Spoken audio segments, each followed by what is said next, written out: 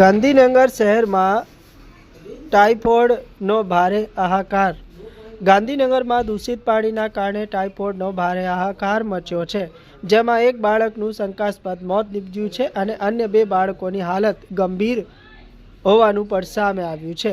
હાલમાં 152 જેટલા દર્દીઓ સારવાર હેઠળ છે, જેમાંથી 50 દર્દીઓના રિપોર્ટ પોઝિટિવ આવ્યા છે. રોગચાળાની ગંભીરતા જોતા હોસ્પિટલમાં બેડ ખૂટી પડતા સત્તાધીશોએ વધારાનો વોર્ડ શરૂ કરવાની ફરજ પડી છે.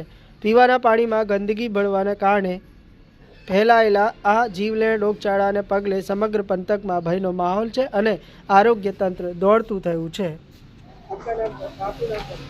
મારું નામ અમિત છે. હું અહીંયા ગાંધીનગર બોરીજ ગામમાં રહું છું.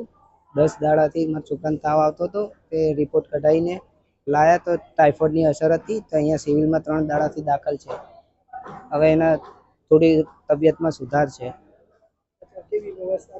વ્યવસ્થા સારી કરવામાં આવી છે. જમવાની, સવાર નાસ્તો, જમવાનો અને રાતનું પણ જમવાનું મળે છે.